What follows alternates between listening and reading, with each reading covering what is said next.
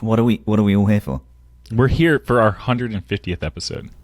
It's a We're just milestone. here to hang out. We're just here to hang out. We're just here to hang out. Okay, great. Oh my gosh. Okay, so welcome. This is our 150th episode that we are doing not live, but live-ish in a way that it makes it difficult for Anna to edit out any flubs. So we're going to do our best You're to be on our welcome. best behavior today. No censor bleep here.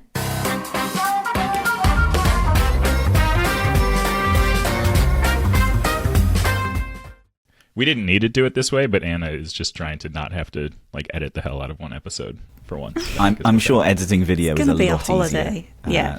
than editing just audio. I'm assuming this is just going to go straight from here out to the feed. Just We're perfect yeah. all the time, I would hope so. I can't imagine anything other. No, I think Anna's probably got the easiest job of all the jobs. I mean, corralling us. Piece of cake.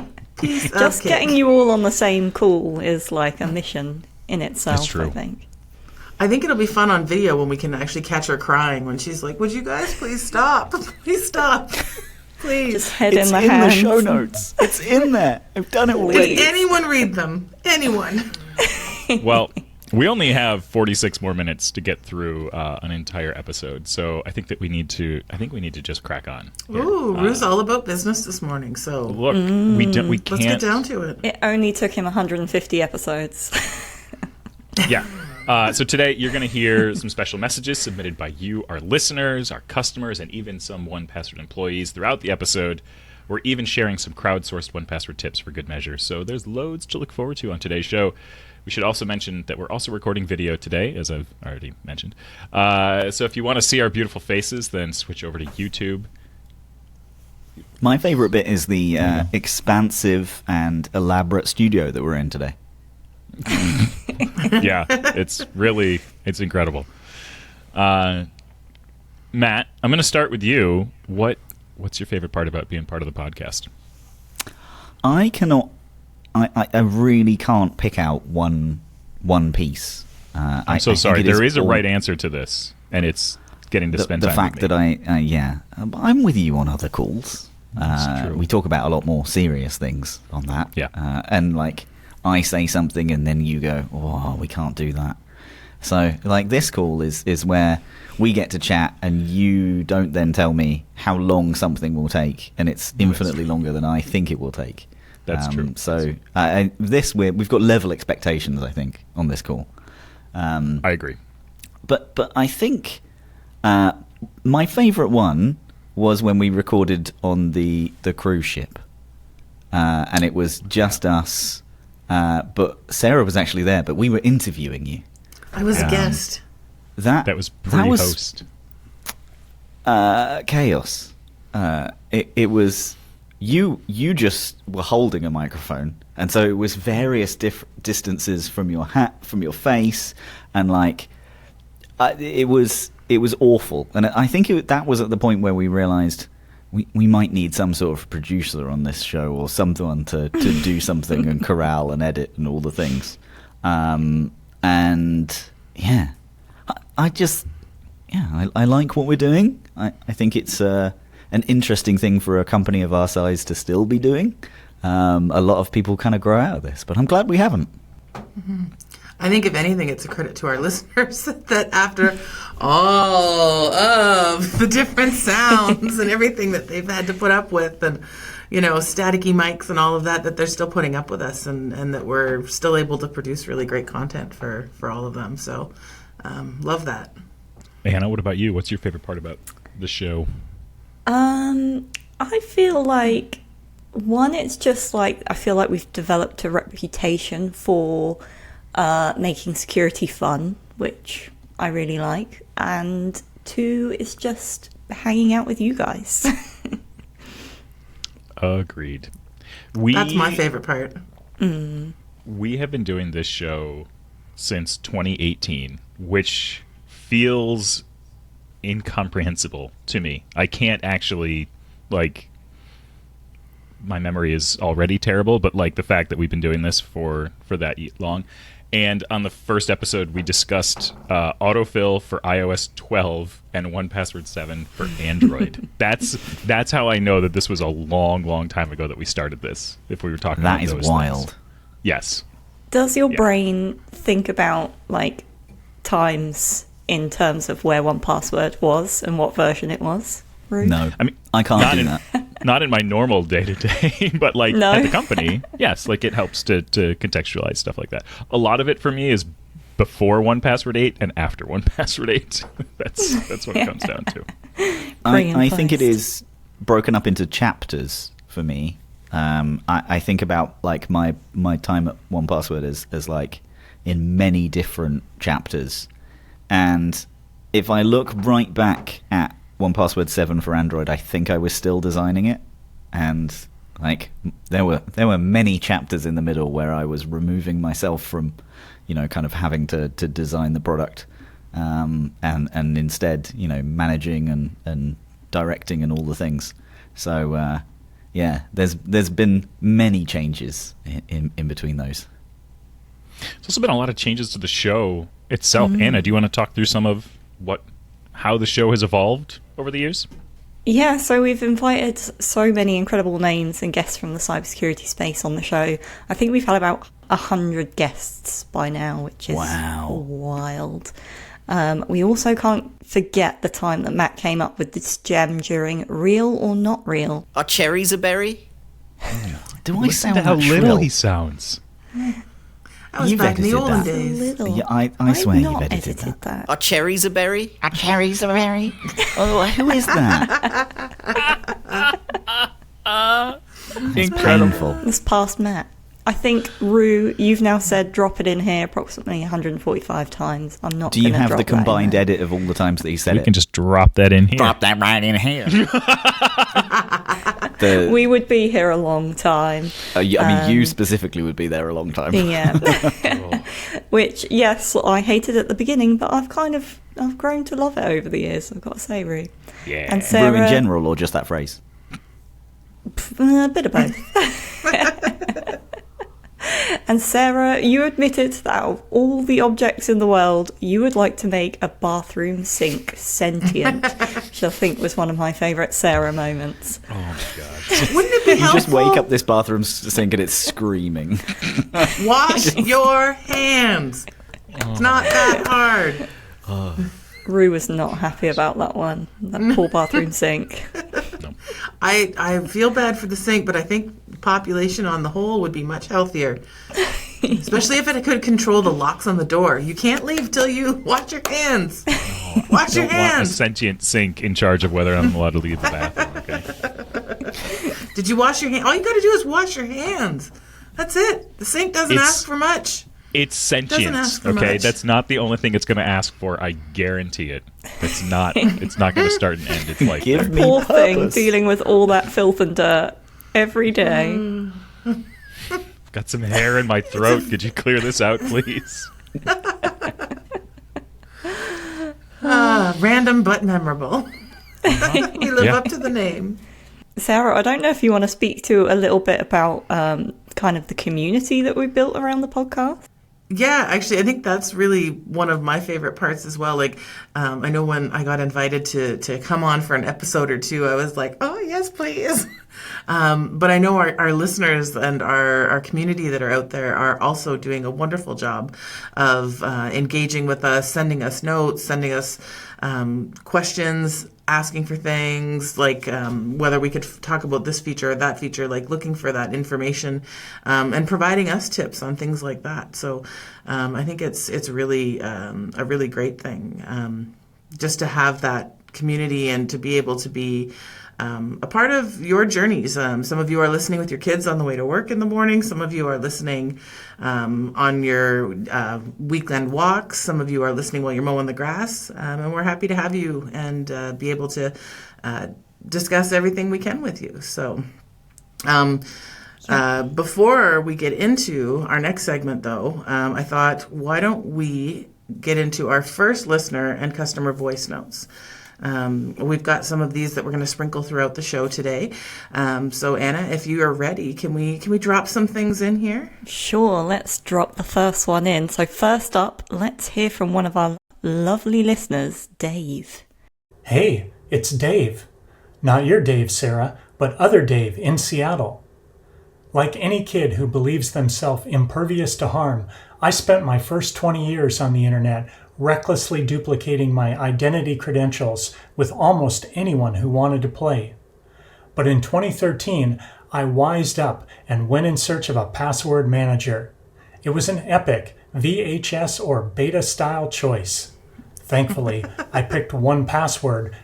It was Canadian, so it had to be good, eh?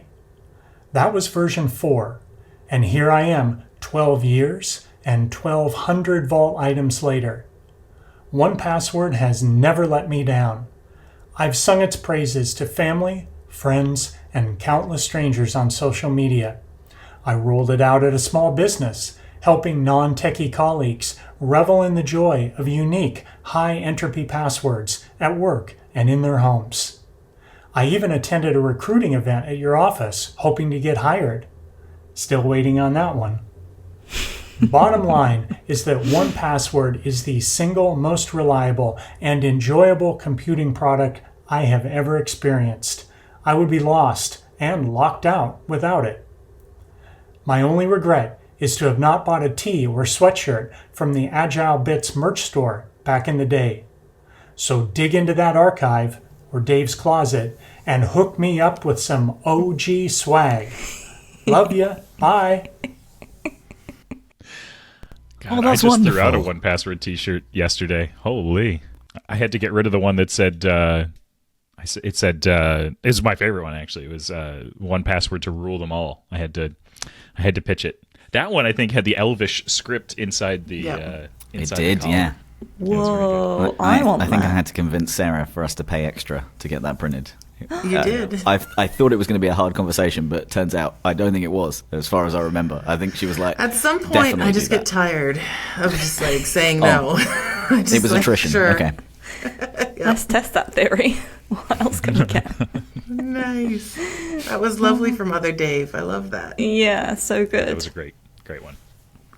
Okay, and next up we have Benji. So Benji is the senior product designer at 1Password, and he's come to be known as Master of the Pun. So here he is. Here's Benji.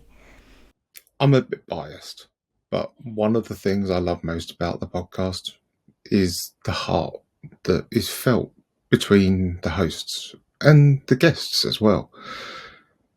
1Password has a company culture where people really do care about each other. So when you hear the sign-offs, love you Roo, love you Anna, love you Matt, love you Sarah, that's a genuine feeling that we all have. Now, it sounds corny, but really, 1Password is made with love, and it comes through. And that's probably my favourite part of the podcast. Plus, it's ridiculously useful. There's great insight, there's great information, but it's the heart. Nice. Love you, He's a Benji. soppy old sponge, isn't he? He really is. Like I knew. I was like, Benji's going to bring he's going to bring the heart on this one for sure. Yeah. I feel like that just sums him up in one clip. Yep. For sure. We love you, just so Benji. lovely. Incredible. All right, Matthew, do you want to kick us off with some Watchtower Weekly from the Archives edition? Oh, yes. All right, let's move it over to some Watchtower Weekly. This is a special. So, over the years, we've covered everything from the notable and now historic data breaches of Equifax, LinkedIn, MoveIt, National Public Data, Marriott Hotels, Facebook, Sony, T-Mobile, and how could we forget?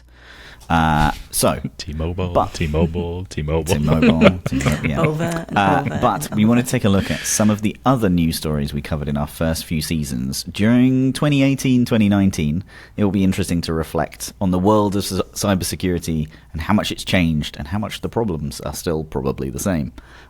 So, first up, we have this news story from the BBC in December 2018. I think in the original episode, I didn't know how to pronounce this. and I instead went PewDiePie. Gosh. And I now know it's PewDiePie. You know. Okay.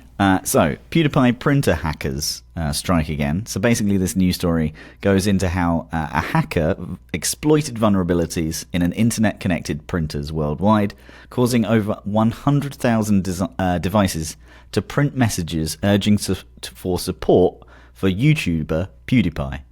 Beyond the prank, the hacker highlighted serious security flaws, warning that such vulnerabilities could allow attackers to damage printers permanently or intercept sensitive documents. This incident served as a stark warning and an early reminder of the risks associated with unsecured Internet of Things devices.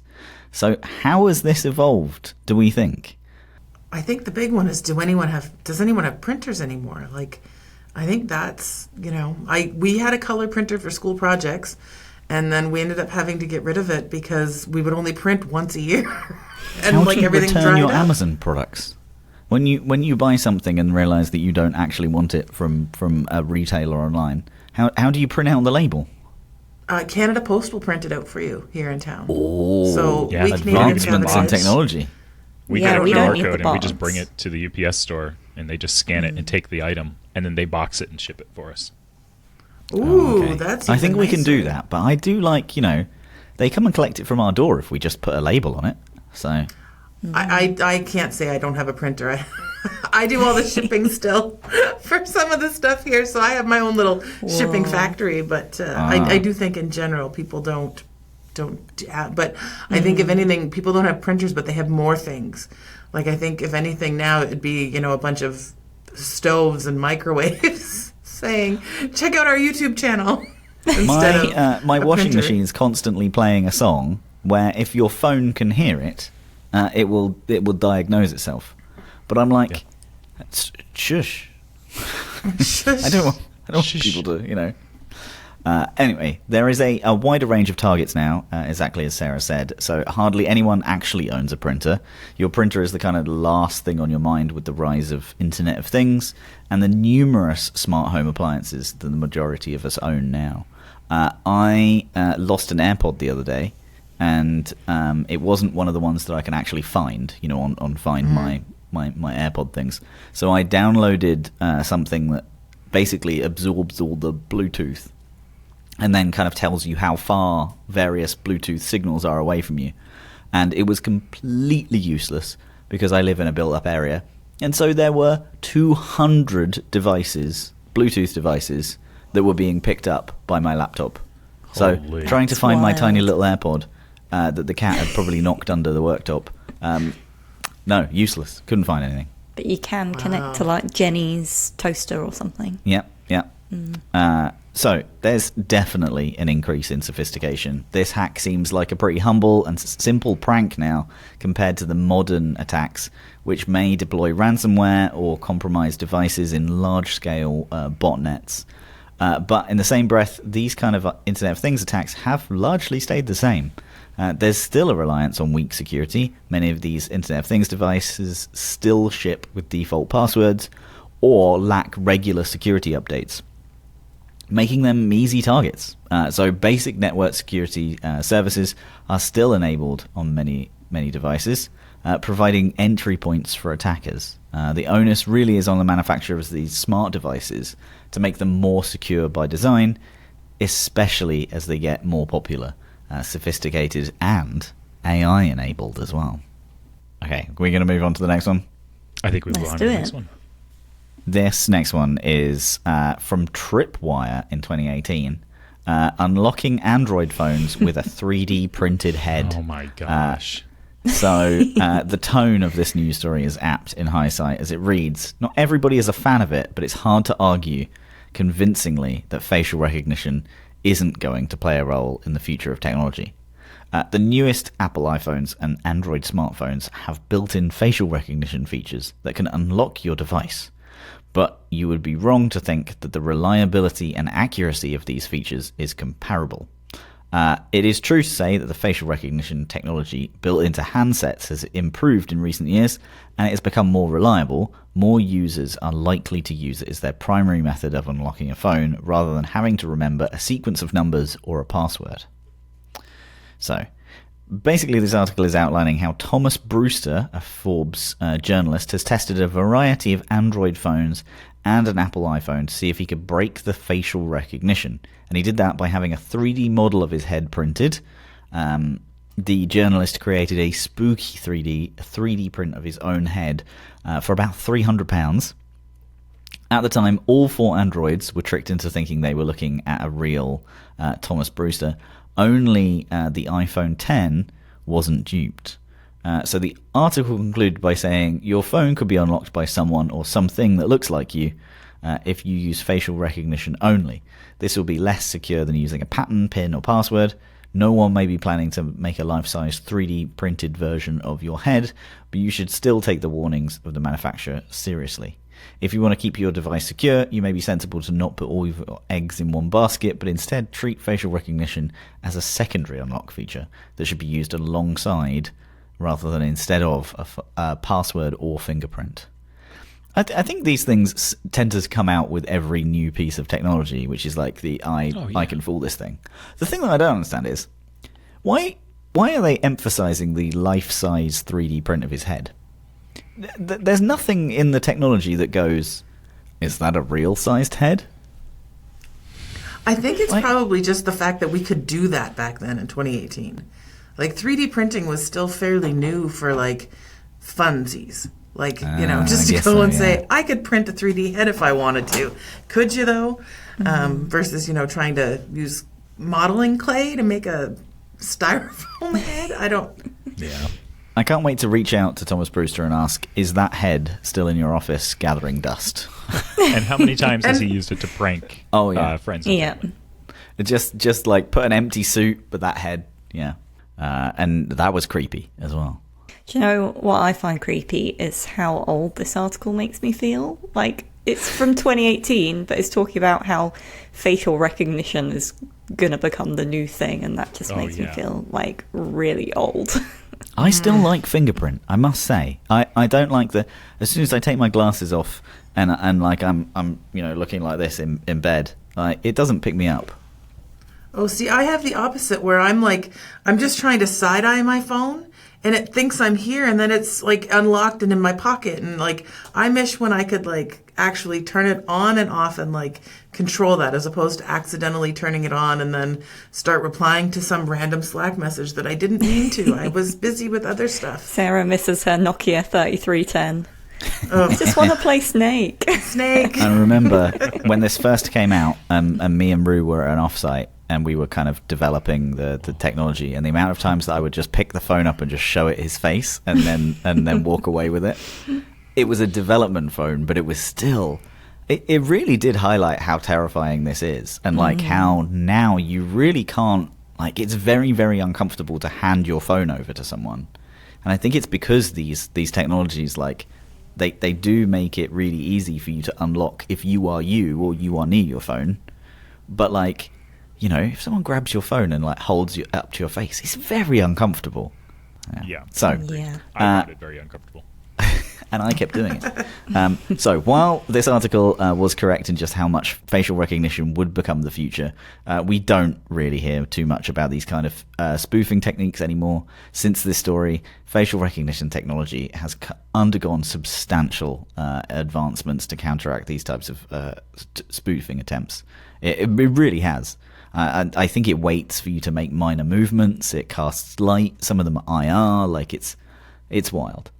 Phone snatching, however, is rife now. Criminals are snatching phones while you're using it, so it's already unlocked, or they shoulder surf people while they are entering their PINs. It is crazy to see how these tactics have evolved.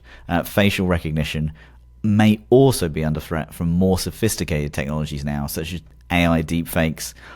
So rather than going through huge efforts to create a physical 3D model of your actual face, it's much easier to just spin up a virtual fake version of yourself or someone else. So Our final story we have from the Watchtower Weekly Archives is this one from The Verge. Google, WhatsApp, and Apple slam GCHQ proposal to snoop on encrypted chats. So, in May 2019, a coalition of 47 tech companies, including Apple, Google, Microsoft, and WhatsApp, the proposal suggested adding a ghost participant to encrypted chats, allowing law enforcement to eavesdrop without users' knowledge. While GCHQ described the idea as a hypothetical starting point for discussion, tech firms argued it would undermine user trust, compromise security, and infringe on privacy rights. Since then, the encryption debate has only intensified further, with governments from around the world seeking access to encrypted communications and tech companies resisting these measures to protect user privacy.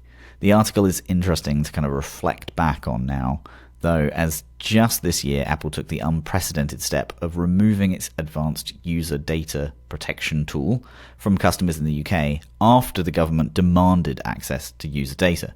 The UK government's recent attempt to compel Apple to create a backdoor into its encrypted services faced strong opposition from nearly every cybersecurity expert who warned that it would jeopardize global cybersecurity. Yeah, that one's a difficult one to read back on and think, the overreach that GCHQ proposed in the beginning and what we actually ended up with.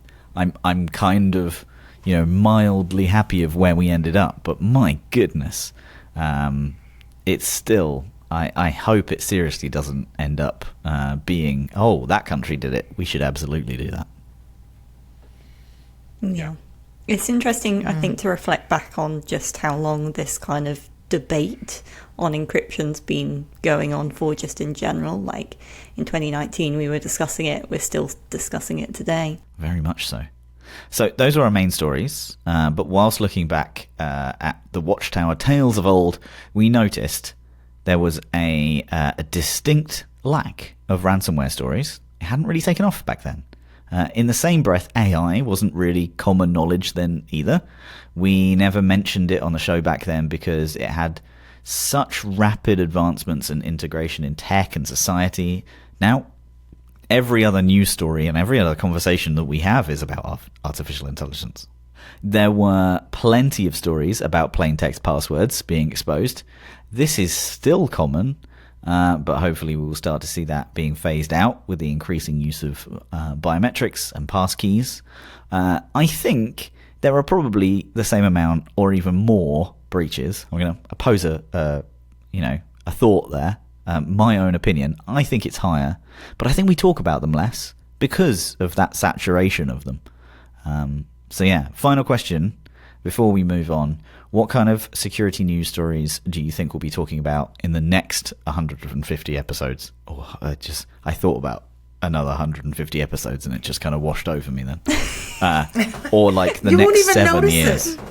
You'll blink and it'll be here. That's the problem. Yeah. That's the problem with milestones is you don't even notice them. You don't notice them until all of a sudden someone's like, "Hey, did you know it's been this long?" And you're like, "What?" Like you have a milestone, but then you just take a deep breath and you're like, "Okay," and then you'll move on. And next thing you know, we'll be at 165 episodes, just like that. You won't even notice it. My goodness. Well, what's the world going to be like then, Sarah? I all really hope in 7 years from now we're no longer talking about passwords. I hope that we have moved into passwordless world, and can you believe people back then used to have to type a password? I'm hopeful that we can get into that, but I think it's going to be a lot about how do you verify things? How do you trust that this is the person, and it's not some 3D printed head? I think that's going to be the verification puzzle is the biggest piece of where we need to move in the future. So we'll see. I really think that AI is going to dominate the next few years of the news cycle. Like it is just, I still can't, I can't get the Marquez Brownlee video out of my head where he talks about like, a year ago, it was like Will Smith eating spaghetti, and like that was the thing that was like big on AI. And now it's like, here's full motion video that is relatively convincing, and that was a year's worth of progress. And now like and every day it feels like this feels like it's light years ahead of where it was the day before. And I really think that like we're just going to continue to see AI show up more and more, and we haven't really hit the security news cycle for AI yet, but I think that's coming pretty soon. I completely agree. I just think like we're not at the stage yet where AI is researching itself, but I think that is very close. I think that when that hits, we're going to see an exponential increase in people using it and its usefulness and like its accuracy. And I think when AI can take actions on your behalf, there is going to be a lot of security news, because it's going to be the equivalent of giving a child-like reasoning thing your, account credentials. A lot of these AI things are using OAuth, which I've talked about a lot, which is basically like the majority of things. It's, do you want to read or write?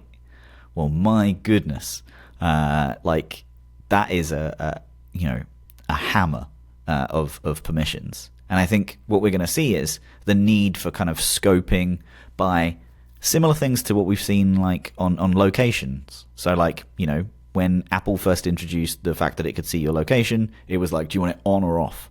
Do you want to share your location or not your location? And most people are comfortable. Most people were uncomfortable with that, apart from Roo, who shares his address with me and immediate location all the time. I find it fascinating. Sometimes I just like to look up where Roo is. No. Yeah, see, that's why I do it. It's very interesting. Exactly.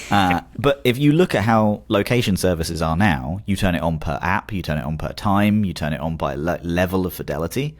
We're going to have to do that for AI using products as well. So I think there's going to be wild stories of AI going outside of the bounds where you have scoped it to. It's going to be it did this, it crossed over to another surface without telling you, and it's just trying to help, but it is going to help at any measure. So I think there's a bunch of things that we're going to talk about over the next 150 episodes. And I think the majority is going to be, hey, these new things that we let into our systems that can think and reason and all of this kind of stuff, they made some bad choices and like, turns out they weren't trained for the things that we actually wanted them to do. I will not get it to book me a flight anytime soon, but I hear that come up all the time is the thing that like, hey, find me a flight to Spain for 200 quid and like, find me a hotel that matches up with these dates. Like, good luck going to Portugal, because it assumed that they were the same place. Like, I think there's other things it needs to do first. We've got a new TV show going into production here in town, and it's based on the people who are tourists who end up in the wrong London, because they end up in London, Ontario instead of London, UK. Oh, that's good. So I'm just thinking, if you've got all these robots, that'll only help provide material. Absolutely. But okay, before we move on, though, we need to keep it moving, because otherwise we'll just be here all day. We should hit some more voice notes. Anna, go for it. Yeah, let's do it. So next, I thought we would share a few awesome tips from our team. So let's hear what 1Password means to them. So first up, we're going to hear from Kate Gasparini. Hi, I'm here to share how 1Password has helped me in my personal life. So 1Password, I believe, has been the great equalizer in my relationship. The reason for that is my husband and I have a shared vault where we put all of our account logins for all of our important things. So we have our financial accounts, of course, but also things related to our pets or our health, our entertainment, when we're booking travel or when we're ordering supplies for our house. All of those things doesn't have to fall on one person, because we both have access to our accounts. Whereas in the past, if it was my account, I would be the only one who might order the cat food, for example. But here we both own it, and that means that everything can be more of a shared responsibility to manage and deal with, and it doesn't all fall on one person. So I love the vaults and I love 1Password because it has really helped me in my life and in my relationship. Oh, that's very nice. That's I really like cool. how she described it as the great equalizer. I was like, put that on the poster. Put that on the poster. I really thought we were going to hear Kate talk about how it gives her an edge in a relationship. It's like it really gives me the upper hand in many arguments because of how we're using 1Password. I was fascinated to learn more. No, but that's great.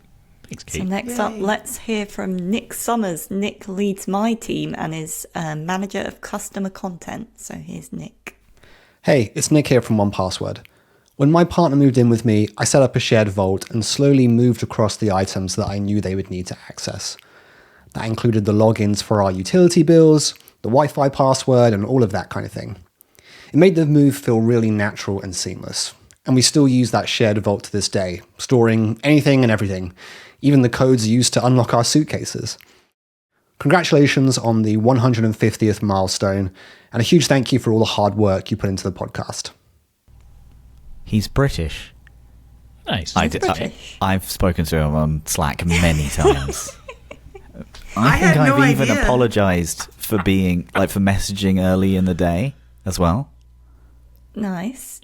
Well, I don't think I knew that either. I don't believe I knew that. I enjoy how our only comment about that lovely voice clip from Nick was he's British. We're learning. We're learning things. It's amazing. You had 150 episodes. There's still more to know. There we go. So last up, we're going to head back to Benji from earlier. So let's hear from him. For me, it helps me stay organised around things that should matter most. I've got ADHD, so memory and focus are a daily battle. Being able to rely on something that fits into all of the places that I already use, like my browser, my phone, wherever. It means I'm not constantly scrambling for passwords or login info. It's given me security for free, just by being part of my routine. A tip I like to give others about 1Password is, you know those security questions, like mother's maiden name, first car, and everything like that? Don't give the real information out, because that could be something that someone can find out.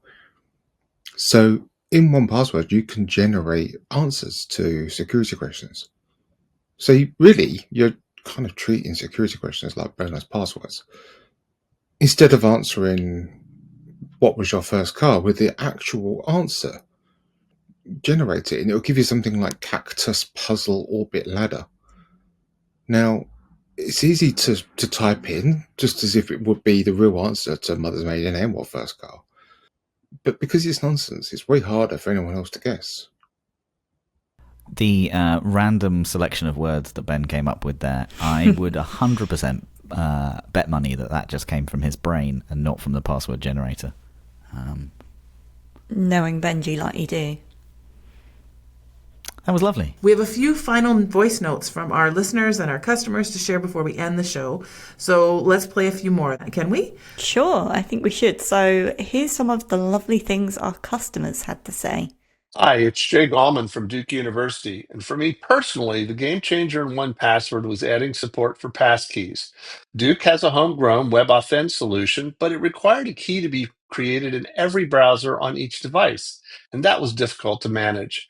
Now, with a passkey and 1Password, I've got access anywhere I have 1Password, and that's so much easier. My 1Password for Business tip is leveraging groups and 1Password's MFA capabilities. Historically, it's been difficult, if not impossible, to add MFA to those shared access accounts. But now, with 1Password, even someone at an event using their mobile device can post safely and securely because that MFA one-time use password is in 1Password. My name is Josh Quick from Linktree. 1Password has helped me personally at work by making it easier to transition when people move from the company.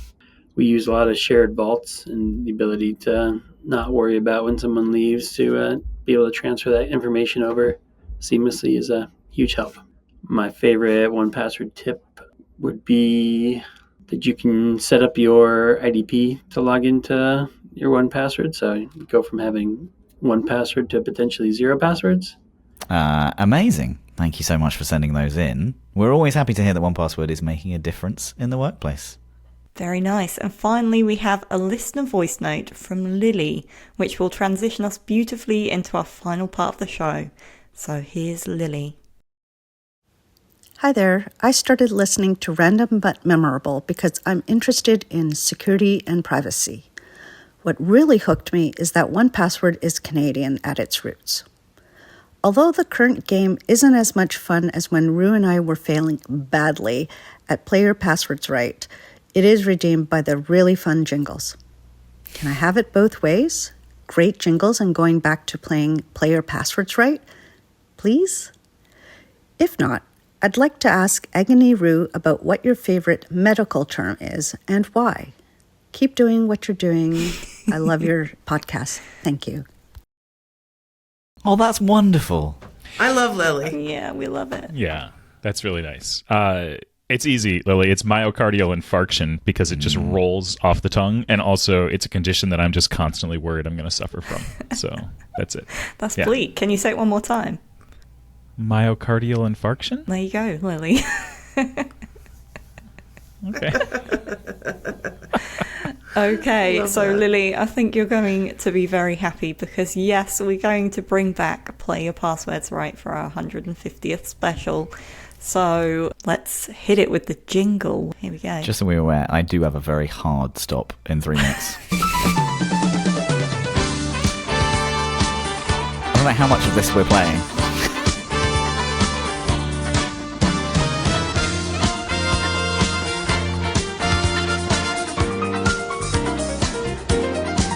The best bit of there was it looked like Roo was playing the piano.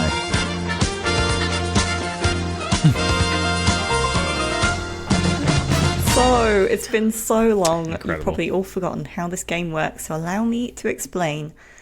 I will show Not a me. password, I play it then every day. reveal how many times that password has been in a breach. I will then show another password, and Matt and Roo and Sarah will have to guess whether it's higher or lower and has been breached more or less times than the previous password. We used to fondly play with a higher or lower bot in the mix, so Roo, would you like to add higher or lower bot today to potentially lose to? Yeah. We're gonna bring Higherbot in here, and Higherbot is gonna go Okay, higher every Higherbot's time. in the mix. Just Okay, time. so today we're going to play a terrible security themed round of Play Your Passwords Right. I thought this was only fitting after a recent cyber news story which was headlined 19 billion leaked passwords reveal deepening crisis. Lazy, reused and stolen. What an optimistic headline. So basically, the story reported on a new study of over 19 billion newly exposed passwords, which revealed a widespread weak password reuse crisis. Lazy keyboard patterns still reign supreme, and 94% of passwords are reused or duplicated, which was revealed in data leaks from 2024 to 2025. So I've used the data from this new study as a jumping off point for the game of Play Your Passwords Right today, with some of the current most Fantastic. reused passwords. So are we ready? I think you're going to have to play with just Roo and Sarah. He's determined to get to that 11 a.m. meeting. All right, you go and Now play. you run. All right. I'm going to break All right, out we'll go my calculator for trying to remember how to win this game. I'm going to do my best. Oh my god. And we've got Higherbot. So, okay, the first password we have is boss, which has been breached 10 million times. And following boss, are you ready? We have probably most people's favourite food, pizza. How many times has pizza appeared in a password and been breached? But just the word pizza, no like 8 slice, no nothing to go with it. So I believe from this article, these words are contained in a password. They're not the whole password. Then I'm going to go higher. Oh, interesting. I'm definitely going higher. Yes. So higher. higher than 10 million. Okay, you're all wrong because it is lower at 3.3 million. Sorry, guys. Adjusting calculations. Okay. All right. Okay, this is Okay. testing Okay. allegiances with foods now because after pizza, we're going rice. How many passwords feature the word rice? It's lower. That's lower for sure. Lower than know, pizza. right? Give me a But break. it's not necessarily the word rice. It's the combination of RICE and it's in the password because it could be like skate or ice for your hockey passwords. So I'm going to go higher than pizza. I had forgotten Sarah's wacky logic that routinely leads to wins in this game. But I'm sticking with lower. I love it though, Sarah. Please don't change. Your theory's correct. It is higher with 4.9 million. So more people with rice in their password than pizza. That's a shock for me. Rest, ice, compression, and elevate. Gosh. Okay, so All right. next up, Come on, we let's have keep a going. name. A lot of names used in passwords traditionally, obviously. This apparently is the most popular. Anna, my own name, but spelt with one N. So, one N.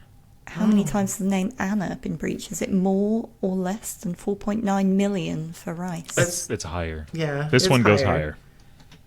Okay, you're all going higher, including higher bot, and you would all be correct. It is higher at 178.8 million. That's a big number. Finally. Holy. I'm going to guess the next one's lower. Well, Sarah, the next I'm finally on the one board. is password. How many times was this in a breach? Is it higher or lower than 178.8 million? That has to be higher. I don't want it to be higher, but I think No, you know what? I'm going lower. I'm going to have faith in humanity. This is lower. We're going lower. Roo. You are well to have faith. It is lower, shockingly, at 56 million, which I cannot believe. 3 times lower than Anna? Yeah, we have some faith in humanity. They're starting to learn not to use password as a password. Good. So good. Eat it, higher bot. So we've got the next password, which is just your classic 1234. What do we think? Is that higher or lower than 56 million and password? I'm still going. I'm going to go lower. higher. We're going to go lower. I gotta go higher. Okay, I like when you both go opposing. So, who's coming out the winner? It is Sarah. It is higher with 727 million breaches That's for 1, 2, 3, 4. a lot. Yeah. Wow. That's a lot. Okay. That's almost a billion. Not going too far from the nest with this one. 1, 2, 3, 4, 5, 6. Adding 2 numbers there. Is that lower or higher than 1, 2, 3, 4? I'm gonna go lower. I think it has to be lower. Okay, you're both Right? 'Cause correct. Statistically? Yeah. Yeah, right? 'Cause- 338 million. Yeah. But still a lot. Yeah. Because science. Yes. Okay. Go ahead. Science, mathematics. It must be lower. Science and math. Although part of me was like, if there's like a 6-character limit, people would have to put 1, 2, 3, 4, 5, 6. But the rules are if it just contains, right? So if it was 1, 2, 3, 4, 5, 6, it would count twice. And it would count for 1, 2, 3, 4. True that. You can't trick me on an easy one. Correct. Damn it. Yeah. Okay, we're going with the word love. Simply love. How many times has love been breached? Is it higher or lower than 338 million? We're going back up. This is going to be higher. I'm actually going to go lower because it's 338 million that we're trying to do around.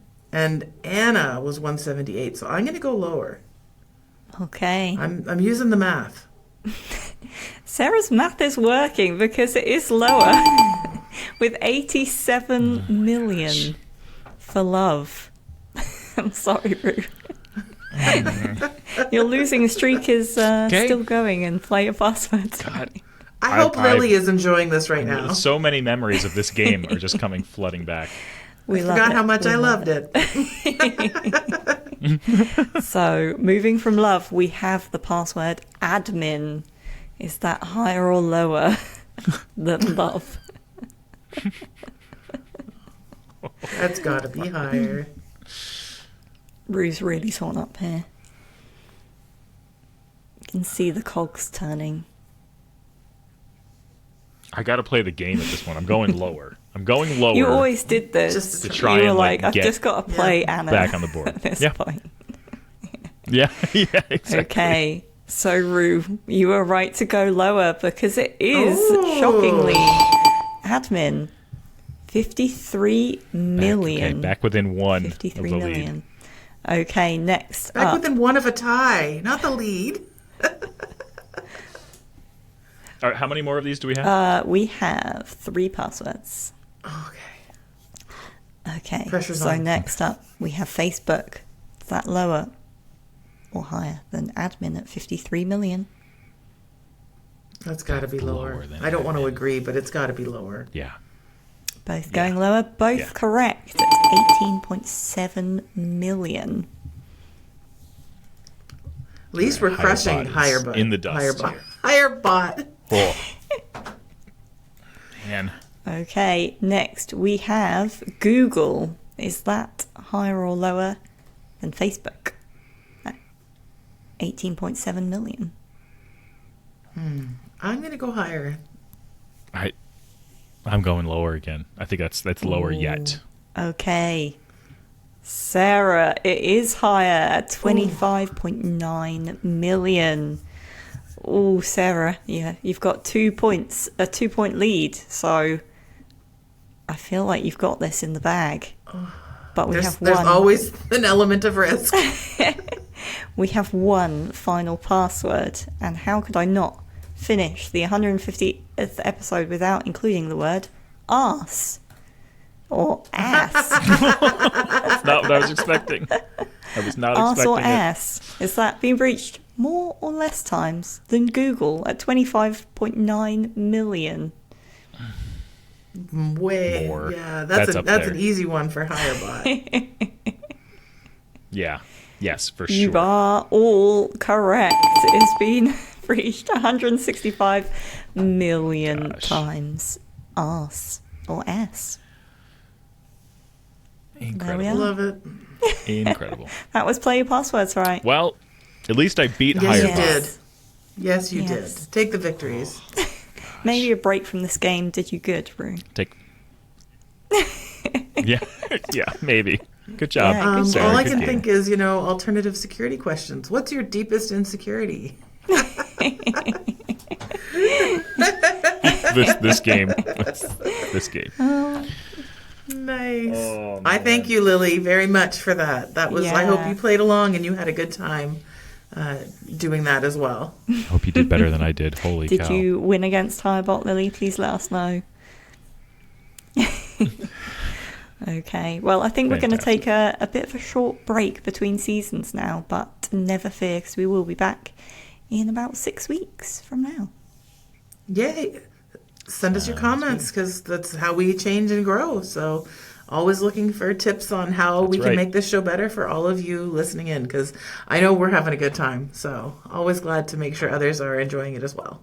So I think that probably concludes our 150th special episode. It's been an absolute blast. Remember that everybody who featured on today's show will win some swag, and also one lucky winner will be picked at random to also win 1 year of 1Password for free. So we will be in touch via email or direct message to arrange your prizes. So if you've stuck around with us this long, I think all that's left to say is thank you. It's been such a wild ride. This sounds like the last episode, but it's not. We are, there will be another one in a little bit. It's been such a wild ride and joy to be part of the show and watch the community grow around the podcast. So thank you for turning up. Thank you for tuning in each week and all of your wonderful messages and emails. It's the good times that we have together to try and make security fun and approachable, and all of our incredible listeners that keep us going. And that's why we've hit this amazing milestone of 150. And we don't say this often, but if you like the podcast, please do review or share with a friend. It's the best way to support us.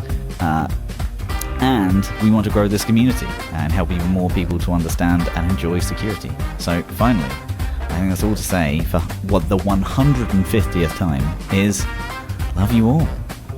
Oh, Love you. love you. Bye-bye. Bye.